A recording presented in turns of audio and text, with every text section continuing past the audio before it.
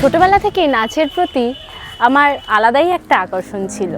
নৃত্যের হাতেখড়ি ছোটবেলায় আমার হয়ে গেছিল। তো যতই দিন এগিয়েছে ততই আমার জীবনে নাচের জন্য ভালোবাসাটা ততই বেড়েছে। মা বাবা সেরকম কখনো বাধা দেয়নি। স্পেশালি আমার মা, যেহেতু উনি একজন ক্লাসিক্যাল সিঙ্গার, সেই জন্য আমার খুব সুবিধাই হতো। কারণ যখন মা বাড়িতে রেওয়াজ করতেন তখন আমিও গুটি গুটি পায়ে হাজির হয়ে পড়তাম, গানের তালে তালে নাচ করতাম। ছোটোবেলায় কত্থকে তালিম নিয়েছিলাম।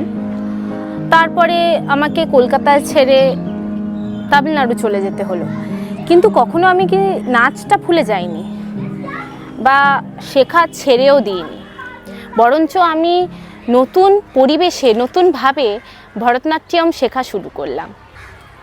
এর মাঝেই আমার মা অসুস্থ হয়ে পড়লেন। এক দমকা হাওয়ার মতো মা আমার জীবন থেকে সারা জীবনের মতো চলে যায়। তারপর থেকে আমার জীবন থেকে নাচটাই যেন মুছে গেছিল। সবেমাত্র জীবনের ছন্দে পথ চলা শুরু করেছিলাম, তখনই আমার সঙ্গে আরও একটা দুর্ঘটনা ঘটে যায়। একটা অ্যাক্সিডেন্টে আমার পাটাই ভেঙে গেল। তখন তো ভেবেছিলাম আর হয়তো নাচটাই করতে পারবো না। নাচটা আমার জন্যে এক থেরাপির মতো ছিল। তারপরে দেবদূতের মতো একজন আমার সামনে এসে দাঁড়ায়। সে আর কেউ না, আমার গুরু।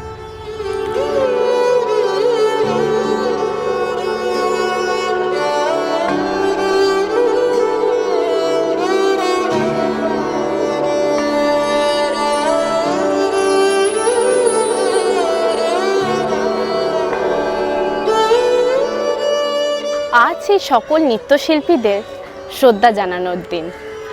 আজ হচ্ছে ওয়ার্ল্ড ডান্স ডে। আজকের এই ওয়ার্ল্ড ডান্স ডেটা একজন ব্যালে ডান্সার জিন জর্জেস নোভের জন্মদিনটিকে স্মরণে রেখেই বহু বছর ধরে পালিত হয়ে আসছে। নমস্কার, আমি নীলাঞ্জনা অধিকারী, বিদ্যারূপ ফাউন্ডেশনের একজন ডিরেক্টর।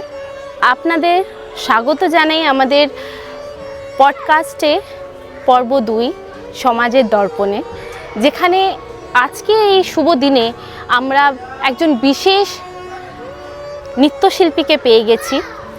তার কথা আপনাদের একটু আগে জানিয়েইছি। তিনি আর কেউ না, আমার গুরু, একজন বিশেষ ব্যক্তি, মিস্টার রাজদীপ বন্দ্যোপাধ্যায়। তো চলুন ওনার সাথে একটু পরিচয় করে নেওয়া যাক।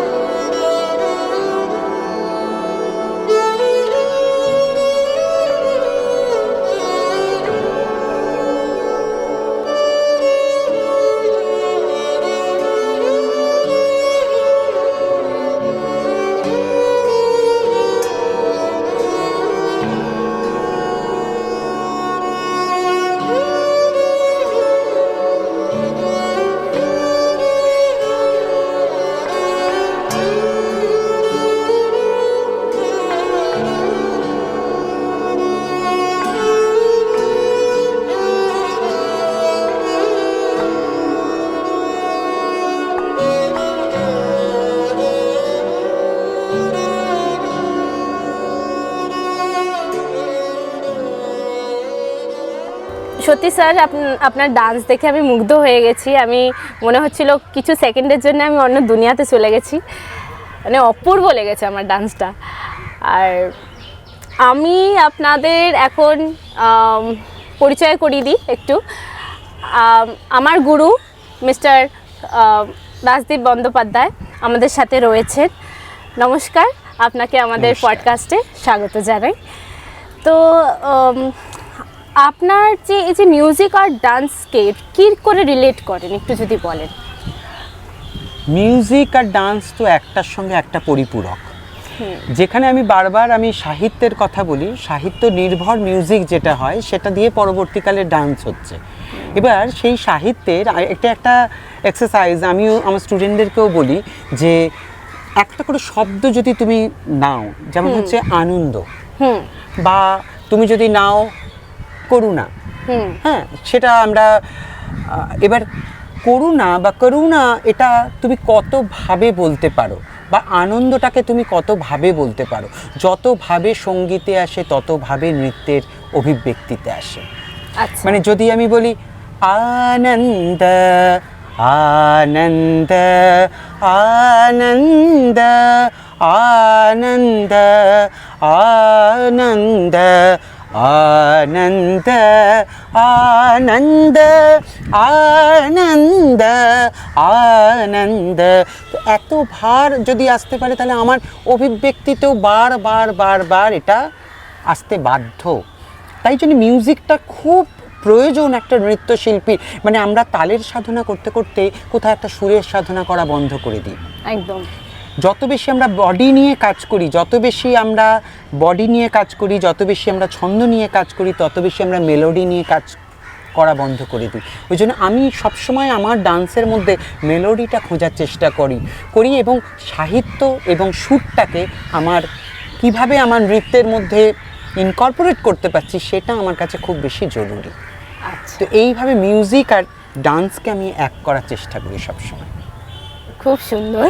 আচ্ছা স্যার, এই যে আধুনিক যুগে আমরা যে নাচ করছি বা দেখছি, সেটা কি কোনোভাবে মৌলিকতা হারিয়ে কৃত্রিমতার পথে যাচ্ছে? আপনার কি মনে হয় একটু যদি বলেন। আমার মনে হয় যে এটা একটা কৃত্রিমতাকে হারিয়ে মৌলিকতাকে হারিয়ে কৃত্রিমতার পথে জায়গাটাকে এরমভাবে না দেখে যদি আমরা এরমভাবে ভাবি যে আমাদের আগের জেনারেশনের মানুষরাও শাস্ত্রীয় নৃত্যকে নিয়ে কিভাবে এগিয়ে গেছে, আমরাও কিভাবে কাজ করছি এবং পরবর্তী জেনারেশনকে কিভাবে পাস অন করছি। হয়তো সামাজিকভাবে কিছুটা থমকে যেতে হয় নানান প্রেক্ষাপটের কারণে, কিন্তু আমার মনে হয় শাস্ত্রীয় নৃত্য যেভাবে এগিয়ে রয়েছে, তার শিক্ষা, তার মনন, যার আধ্যাত্মিকতা এবং যার একটা এস্থেটিক ভ্যালু আছে, এই ভ্যালুটা নিয়ে যখন আমরা এগিয়ে যাচ্ছি তখন আমরা ওই পরবর্তী জেনারেশনকে এটাই পাস অন করার চেষ্টা করছি। তো ফলে ওইভাবে হয়তো হারিয়ে যাচ্ছে না। তাহলে হারিয়ে যাওয়া বলতে গেলে আমরা একটুখানি হতাশাগ্রস্ত হয়ে পড়ি। তো সেইভাবে আমরা না ভেবে যদি ভাবি যে এইটা আমরা যেভাবে পাস অন করতে চাইছি হয়তো সঠিক সময়ে সঠিকভাবে করে উঠতে পারছি না, কিন্তু আমরা আশাবাদী যে আমরা এইটা সুন্দরভাবে এই কালচারকে এগিয়ে নিয়ে যেতে পারবো। রবীন্দ্রনাথ নৃত্যের বিষয়ে বলেছেন যে আমার দেহ বহন করে অঙ্গ প্রত্যঙ্গের ভার, আর সেই ভার বহন করে আমাদের অঙ্গ প্রত্যঙ্গের গতিবেগ। আচ্ছা, নৃত্যের সঙ্গে যে ঐতিহাসিক সম্পর্কটা, সেটার ধারণা আপনার কি ধারণা সেটা সম্পর্কে? নাচ একটা এত বড় একটা বিষয়, যে বিষয়টা পৌরাণিকভাবে তার ঐতিহ্যকে বহন করে নিয়ে আসছে। সেই সাবজেক্টটাকে নিয়ে যখন আমরা এগিয়ে চলছি, হ্যাঁ, তার মধ্যে আধ্যাত্মিকতা আছে, তার মধ্যে ঐতিহাসিক যে আমাদের কালচার থেকে আরম্ভ করে সেখানকার ল্যাঙ্গুয়েজ থেকে আরম্ভ করে সাহিত্য, সমস্ত কিছুকে মেলবন্ধনের মধ্যে দিয়ে একটা কালচারকে ওপরে ওঠে। তো ফলে এই সাহিত্যের যে ফ্লোটা, এটা নদীর মতন, এটা নদীর মতন, এই ফ্লোটা কখনো নষ্ট হয় না। সেই হিসাবেই আমি বলছিলাম আমার দেহ বহন করে অঙ্গ প্রত্যঙ্গের ভার, আর সেই ভার বহন করে আমার অঙ্গ প্রত্যঙ্গের গতিবেগ। এই বিপরীত ক্রিয়া যখন পরস্পরের লীলায়িত হয় তখন জাগে নাচ। তো ফলে এটার সঙ্গে একটা বডি, এটার সঙ্গে মাইন্ড, এটা সোল, এই তিনটেকে একসঙ্গে নিয়ে যে এগিয়ে যাওয়া, এটা পৌরাণিকভাবে ঐতিহাসিকভাবে আমাদেরকে বহন করে নিয়ে যেতে হচ্ছে, আর সেটাই আমরা পাস অন করছি। এই যে সুন্দর একটা, এটা কাহিনীর মতনই একটা লাগলো, আমার খুব সুন্দর লাগলো শুনে। এই যে আপনি যে নৃত্য শুরু করেছেন, এটা আপনার ভালো লাগা কবে থেকে শুরু হলো আপনার মনে? সেখানেও আমার একটা বিষয় যে খেলতে খেলতে শিল্পের সাথে পরিচয়, পরে পরিণয়। আচ্ছা। তো প্রথম আমার খেলতে খেলতেই শুরু, আর 5 জনের মতন। সেখানে নাচ এসছে, গান এসছে, সাহিত্য, কেননা আমার যে বাড়ির যে পরিবেশ ছিল সেই পরিবেশের মধ্যে দিয়ে আমি যখন বড় হই তখন আমার কাছে গান, নাচ, মানে মিউজিকটা আমার কাছে অন্যভাবে এসছে। মানে কখনো আমি শ্যামল মিত্র শুনেছি, কখনো আমি মান্না দে শুনেছি, লতা মঙ্গেশকরের গান শুনেছি, সন্ধ্যা মুখোপাধ্যায় শুনেছি, মানে সবসময় বাড়িতে একটা মিউজিক্যাল কালচার ছিল। কিন্তু তখন এটা ভাবিনি যে আমি বড় হয়ে শাস্ত্রীয় নৃত্য করব এবং শাস্ত্রীয় নৃত্যের মধ্যে ভরতনাট্যম ডান্সটাকেই বেছে নেব। আচ্ছা, সেটা আস্তে আস্তে আস্তে আস্তে গ্রো করেছে ধীরে ধীরে ধীরে। তবে এটা আমি বলতে পারি যে শুরুতেও আমি বলেছি এবং শেষেও আমি বলেছি যে প্রথমে যখন আমি ডান্সটাকে আরও ভালোবাসার জায়গায় আনতে পারলাম, তখনই বলতাম যে ভবিষ্যতে আমি ডান্সারই হব। কিন্তু আমি জানি না আমার সামনে কি আছে না আছে, কিন্তু আমি ডান্সার হব। আবার ক্লাস 9-এও বলেছি ডান্সার হব, ক্লাস 12-এও মানে ছোটবেলা থেকে এই ইচ্ছাটাই ছিল যে আমি ডান্সার হব। একদম। মানে সেটা ডক্টর বা ইঞ্জিনিয়ারের দিকে যায়নি, কোনো সময় করিনি। কোনো মানে আমি খুব আমি যেমন হয় আমরা মফস্বলে আমরা খুব সাধারণ মধ্যবিত্ত ফ্যামিলিতে আমরা গান বাজনাকে নিয়ে চর্চা করি। তো সেক্ষেত্রে কখনো আমার মনে হয়নি যে নাচটা করে কি হবে, গানটা করে কি হবে, যেটা পরবর্তী এই জেনারেশনের মধ্যে আমরা খানিকটা দেখছি যে তারা ক্যালকুলেট করে যে আমার লাইফে কি করতে চাই। একদম, কারণ কি এখন এই যে নৃত্য একটা ভালো লাগা থেকে এখন একটা ব্যবসা দিকে চলে যাচ্ছে, যে সেখানে লোক ভাবছে যে না আমি এটা করলে হয়তো টাকা অর্জন করতে পারবো। সেই ব্যাপারটা কেন হচ্ছে, মানে সেই সম্পর্কে যদি একটু কিছু হ্যাঁ, অবশ্যই সেটা সবসময় থাকবে। কিন্তু আমরা যেভাবে গান বাজনা করেছি যে যদি আমি আলু সেদ্ধ ভাত খাই তাহলেও আমি নাচ করেই খাবো, যদি আমি বিশাল কিছু করতে পারি তাহলে আমি নাচ করেই করব। একদম। এই যে একটা একভাবে এক দৃষ্টিতে এবং নিজের ভালোবাসাটার পেছনে দৌড়ে যাওয়া, হ্যাঁ, তো সেটা এখন মনে হয় যে অনেক ক্যালকুলেট করে। এবং দ্বিতীয় কথা হচ্ছে এটার হয়তো সামাজিক প্রেক্ষাপটটাও অনেক গভীর, অনেক, কারণ আমি কাউকে হয়তো দোষ দিতে পারি না, কিন্তু আমি সবাইকে এইটুকুনি সাজেশন দিতে পারি যে গান বাজনা যেটাকে নিয়ে যেটা তোমার প্যাশন, যেটা তোমার হবি, সেটার পেছনে তুমি একভাবে থাকো, একভাবে খালি ব্যবসার দৃষ্টিভঙ্গিতে না, সবটা মানে একটা ব্যালেন্স থাকা উচিত যে আমি নাচটাকে ভালোবাসি, নাচটা করব, নাচটা করেই খাবো। মানে খালি ব্যবসার মানে টাকা অর্জন করার জন্য খালি আমি নাচটা করব না, এটা না। সেটাই তো, আমার অনেক সিনিয়র স্টুডেন্ট আছে যারা বিভিন্ন রকম ক্লাস চালায়, তারা তাদের অনেক স্টুডেন্ট, তাদের ইনস্টিটিউট অনেক বড়, কিন্তু আমি তাদেরকে বলি যে এই জার্নিটা যেন তাদের এই যে শেখার যে জায়গাটা সেটা যেন বন্ধ না হয়ে যায়। একদম, যে এই আর্ট ফর্মের জায়গাটা এমন নয় যে আমি এতটা শিখলাম তারপর আমি এতটা শেখালাম। হ্যাঁ, আমি 50% শিখে ওই জন্য পার্সেন্টেজের জায়গায় থেকে যায় যে 50% শিখলাম, 50% শেখালাম। শেখাটা নেভার এন্ডিং জার্নি। একদম, শেখার কোনো বয়স হয় না। একদম, হ্যাঁ, বয়সও নেই, চেতনার জায়গায়, চেতনার জায়গাটাও বিকশিত থাকে সবসময়। তো শেখাটা কন্টিনিউ হবে, এর সঙ্গে এই ফ্লোটা থাকবে, অসুবিধা তো কিছু নেই। একটা আর্টিস্ট বলে আমি এটা সবসময় মনে করি, আমি খুব ভেতর থেকে বলছি যে একটা আর্টিস্ট একটা ফ্রিতে একটা ডিম পায় না, ডিম কিনতে পায় না, যে উনি খুব ভালো ডান্সার, উনি খুব ভালো পেন্টার, উনি একটা ডিম ওনাকে ফ্রিতে দেওয়া হোক, বা ওনাকে একটা ব্রেড ওনাকে ফ্রিতে দেওয়া হোক, বাটার ফ্রিতে দেওয়া হোক, এটা তো নয়। তো ফলে এই মানি মেকিং ব্যাপারটা সব জায়গায় যেটা আছে সেটা এখানেও থাকবে, এই আর্ট ফর্মের মধ্যেও থাকবে। কিন্তু সে বা যারা এইটা নিয়েই এগোতে চায় তারা যেন তাদের শিক্ষাটা বা তাদের কর্মটা কোনো সময় বন্ধ না করে, এই ফ্লোটা যেন তাদের চলতেই থাকে। একদম। আচ্ছা, আমরা রিয়ালিটি শোর ব্যাপার তো এখন টিভি চালালেই dance India dance, dance Bangla dance, মানে ছড়াছড়ি রিয়ালিটি শোর। এই যে রিয়ালিটি শোতে প্রত্যেক বছর আমরা এত ছাত্রছাত্রীদের দেখতে পাচ্ছি, তারা খুব ভালো ডান্সও করে, ওখানে ক্লাসিক্যাল ওয়েস্টার্ন সব মিলিয়ে থাকে।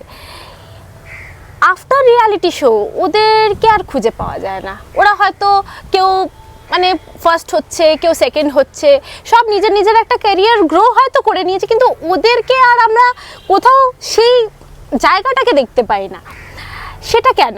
সেটা আমার যেটা নিজের ব্যক্তিগতভাবেই আমি ভাবি যে দে আর ভেরি ট্যালেন্টেড, একদম খুবই ট্যালেন্টেড, কিন্তু যখন কোনো রিয়েলিটি শোতে যায় তখন সে তার শুধু ডান্সটা নিয়ে যায় না, আচ্ছা তার হয়তো মেকআপ আর্টিস্ট আলাদা, তার কস্টিউম ডিজাইনার আলাদা, আচ্ছা। হ্যাঁ, লাইট একজন করছে, স্টেজ একজন সাজিয়ে দিচ্ছে, একদম। যে এই যে পূর্ণ মাত্রায় একটা পরিবেশ তৈরি করে একজনকে পরিবেশন করা হচ্ছে, এটা আফটার রিয়েলিটি শোতে আমরা সেটা আর পাই না। যখন সে তার এই কম্পিটিশনটা শেষ হয় তখন এই সব কিছুকে রিমুভ করে দেওয়া হয়। এই যখন সব কিছু, তো ফলে সেইভাবে সে গ্রো করে না যে সবটা জানার না, জায়গাটা অনেক শান্তি থেকে হ্যাঁ, অনেক অনেক জায়গায় আমি কিছু কিছু জনকে দেখেছি যে কোরিওগ্রাফার হিসাবে পরের বছরের যে যারা স্টুডেন্টরা থাকে তাদেরকে কোরিওগ্রাফ করে। হ্যাঁ, ভীষণ ভালো। অনেক জনকে দেখেছি, ভাবে কিন্তু যদি এগিয়ে যেতে পারে তাহলে একদম। ভীষণ ভালো। কিন্তু পারফর্মার, তুমি যেটা বলছো যে পারফর্মার হিসাবে যখন আমি তাকে স্টেজে দেখছি তখন তার এই রিকোয়ারমেন্টগুলো তৈরি করে, তার অনেক বেশি রিকোয়ারমেন্ট তৈরি করে। তার ক্যামেরা চাই, তার সেট পুরো চাই, তার মেকআপ, কস্টিউম, সমস্ত কিছু। কিন্তু যে একভাবে একটা জিনিস সাবজেক্ট নিয়ে এগোয় সে পূর্ণাঙ্গভাবে সব কিছু শিখতে শিখতে বড় হয়। তো আমার যেটা সাজেশন ওই সেম, যে সে যদি মনে করে যে এই ডান্সটাকে নিয়ে এগিয়ে যাবে তাহলে তাকে সামগ্রিক শিক্ষাটা গ্রহণ করতে হবে, সামগ্রিক শিক্ষা। একদম। তো নৃত্য পেশা হিসাবে আপনার জন্য কতটা চ্যালেঞ্জিং ছিল? আমি আসলে প্রথম থেকে চ্যালেঞ্জ হিসেবে দেখিনি। আমি আগেও বললাম যে আমি ওই খেলতে খেলতে শিল্পের সাথে পরিচয় পরে পরিণয়। তো এখন আমি প্রথম ক্লাস 11-এ আমি, আমার গুরু বলেন যে এরকম একটা জায়গায় একটা ইনস্টিটিউট আছে, সেই ইনস্টিটিউটে তোকে শেখাতে যেতে হবে। আচ্ছা, হ্যাঁ, ওখানে শেখাতে গেলে ওখানে কিছু স্টুডেন্ট আছে, আমি যেতে পারছি না, আমার টাইমের সমস্যা হচ্ছে, তোকে শেখাতে যেতে হবে। এটাই আমার কাছে একটা বড় চ্যালেঞ্জ ছিল। কিন্তু সেটাকে অ্যাচিভ করা, একদম সেটা অ্যাচিভ করা। এবং সেখানে যখন আমি স্টার্ট করি তখন আমি ক্লাস 11-এ পড়ি, যাকে শেখাতে যাচ্ছি সেও ক্লাস 11-এ পড়ে। আচ্ছা, এরকম একটা পরিবেশ। তো ওই পরিবেশের মধ্যে তারাও আমাকে স্যার বলছে, আমিও তাদের গম্ভীরভাবে তাদের কথা শুনছি, তাদেরকে বিভিন্ন নাচের উপদেশ দিচ্ছি। একটা মজার গল্প বলবো। আমি 12 দিয়েছি, আমার স্টুডেন্টও 12 এক্সাম দিয়েছে। এবার আফটার এক্সাম আমি তো এত ছুটি নিতে পারিনি, কারণ যে টিচার সে সবসময় ছুটি নিতে পারে না, স্টুডেন্টদের ছুটি নেওয়ার একদম পূর্ণ অধিকার আছে। তো আমি যখন পরবর্তীতে আফটার এক্সাম আমি যখন ক্লাস নিতে গেছি বা আফটার রেজাল্ট যখন গেছি, আমি তো খুব গম্ভীরভাবে ওদের সবাইকার রেজাল্ট জানতে পারলাম, জেনে নিলাম যে কে কি নাম্বার পেয়েছে, কে কি করেছে। ওরা কেউ আমায় জিজ্ঞেস করতে পারছে না। এটা খুব একটা মজার বিষয় ছিল যে ওরা কেউ আমায় জিজ্ঞেস করছে না যে স্যার আপনার রেজাল্টটা কেমন হলো। তো সেখানে আমি একটা নিজেকে ভীষণ একটা জায়গা তৈরি করতে পারলাম। তো এরকম, তো এইরকমভাবে মজা করতে করতেই শুরু করেছি। এবং কখন 2005-এ আমার ইনস্টিটিউট পরম্পরা, সেটা আমি পরবর্তীকালে করি, কিন্তু তার আগে থেকেই আমি ক্লাস করাচ্ছি।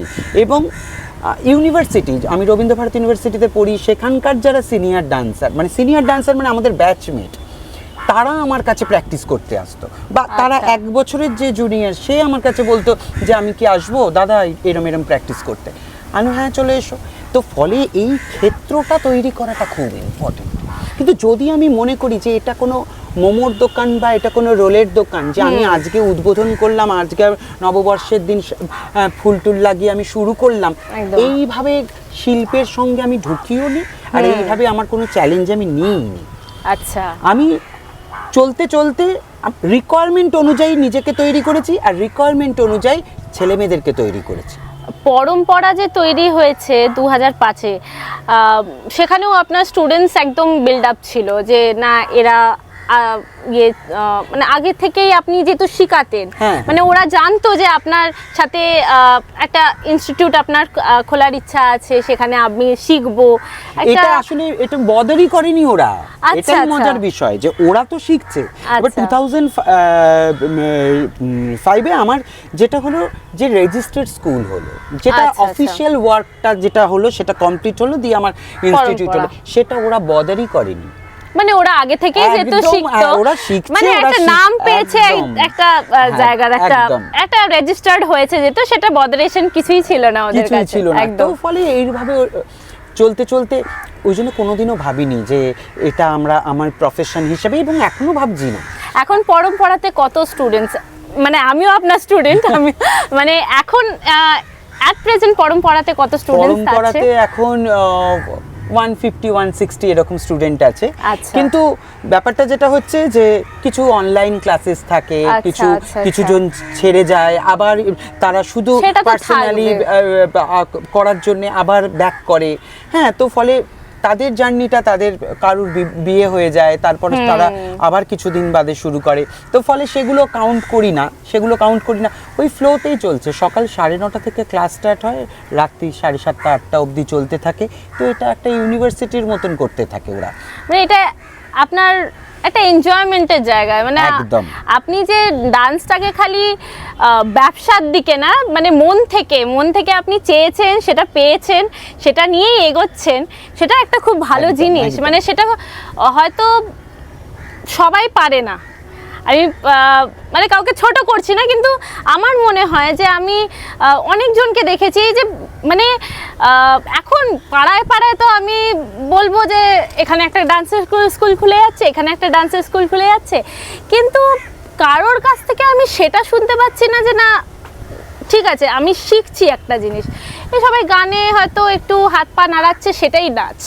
কিন্তু এই যে ক্লাসিক্যাল একটা আমরা ফর্ম জানি, কতগুলো যে ক্লাসিক্যাল ফর্মস আছে, সেগুলো কয়েকজন শেখায়, মানে না, সেইটা যে যেমনভাবে নিজেকে তৈরি করে, যেভাবে আমি সবসময় মনে করি যে ফাঁকা কুয়োর কাছে কোনো পিপাসুই যায় না। তো ফলে এইটা আমার সাবজেক্ট, এটা আমার এই আমি হয়তো ভারতনাট্যম সাবজেক্টটা নিয়ে কাজ করছি, কিন্তু আমি ডান্সার। তো ফলে আমাকে সবসময় একটা পজিটিভ এনার্জি রাখতে হবে, যে একদম। পজিটিভ এনার্জিটা আমি এই সবার মধ্যে ছড়িয়ে দিতে পারবো, হ্যাঁ। বা চেষ্টা করি। হ্যাঁ, যে এই মানে আমার গুরু ছোটবেলায় বলতেন যে তুমি ডান্স যাই শেখাও না কেন, যে তোমার ইনস্টিটিউটে আসবে, তোমার কাছে আসবে, সে তোমার হাসি মুখ দেখে আসবে, সে যখন যাবে সে হাসি মুখ নিয়ে বেরোবে।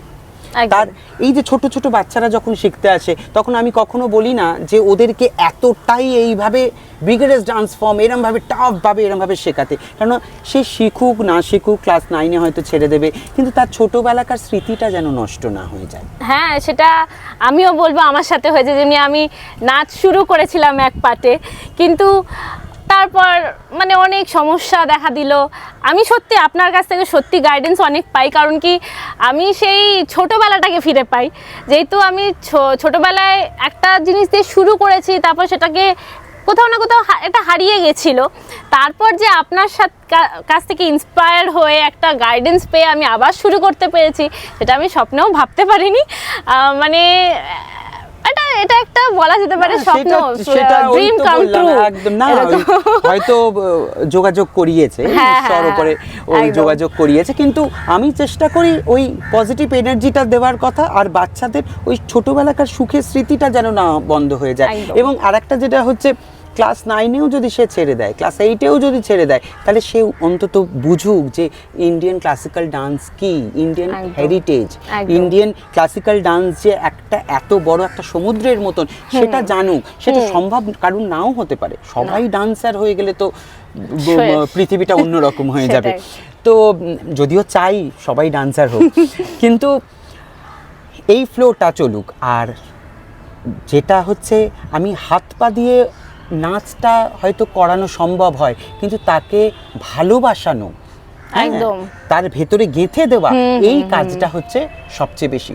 তাকে মোটিভেট করতে হবে সব সময়। এই যে বাচ্চাদের এই কাজটা আমাদেরকে করে যেতে হয়, পরম্পরা, আমরা আমাদের এই লক্ষ্যেই আমরা এগিয়ে যাই, যে কি করে বাচ্চাদেরকে আরও বেশি মোটিভেট করব এবং ইন্ডিয়ান ক্লাসিক্যাল ডান্সকে ভালোবাসাবো। তো হাত পা দিয়ে কেউ ডান দিক, কেউ বাঁ দিক, কেউ আকাশ, কেউ নিচে, জল জলের মতন দেখাবে, পাখি পাখির মতন দেখাবে, কিন্তু আমরা দেখেছি যে পিককটাকে এরকমভাবে ধরে নেয়। একদম, হ্যাঁ, হৃদয় আমার নাচেরে আজকে ময়ূরের মতো নাচেরে, ময়ূরের মতো নাচেরে পিককটা ধরছে, কিন্তু যখনই আমি মুদ্রার সাংকেতিকতার মধ্যে দিয়ে পিককটা ধরছি, আমি পিকক ফিল করছি না, একদম সেটা আমি হরিণ ফিল করছি না। তো এই ফিলিংসটা আনাটা হচ্ছে বেশি জরুরি এই রাদার দ্যান মুদ্রা। তো এই ইন্ডিয়ান ক্লাসিক্যাল ডান্স শেখাবো, আবার তারপর সেটা ভাঙবো, আমি শেখাবো আবার ভাঙবো, কারণ শুধু গড়লে চলবে না, তার মাঝে মাঝে ভাঙতে হবে, ভাঙলে আবার সেটা বিল্ড আপ করতে সুবিধা হবে। একদম একদম, মানে সত্যি আমিও অনেক কিছু আপনার কাছ থেকে শিখেছি। মানে মানে সব থেকে বড় জিনিস যে আমি ছোটোবেলাটাকে ফিরে পেয়েছি। আমার পা ভেঙে যাওয়ার পর তো আমি সত্যি আশাই ছেড়ে দিয়েছিলাম যে আবার আমি পুরো নাচটাকে কন্টিনিউ করতে পারবো, কিন্তু আপনার কাছে এসে আমি অনেক কিছু শিখতে পেরেছি, আর আমি যে পুরনো স্মৃতিগুলো আবার ফিরে পেয়েছি সেটা আমার জন্য অনেক অনেক মানে ম্যাটার করে। তো আমিও একজন ছাত্রী আপনার, আর এরকম বহু ছাত্রছাত্রীরা আছে যারা হয়তো সঠিক পথে আছে কিন্তু সে ঠিক গাইডেন্সটা পাচ্ছে না। এই ওয়ার্ল্ড ডান্স ডেতে আপনি তাদের কি উপদেশ দিতে চান? সবার জন্য একটাই বক্তব্য যে নৃত্যের সঙ্গে থাকো, ছন্দের সঙ্গে থাকো এবং সাহিত্যের সাথে থাকো, কারণ সাহিত্য ছাড়া আমাদের নৃত্যকে এগিয়ে নিয়ে যাওয়া সম্ভব নয়।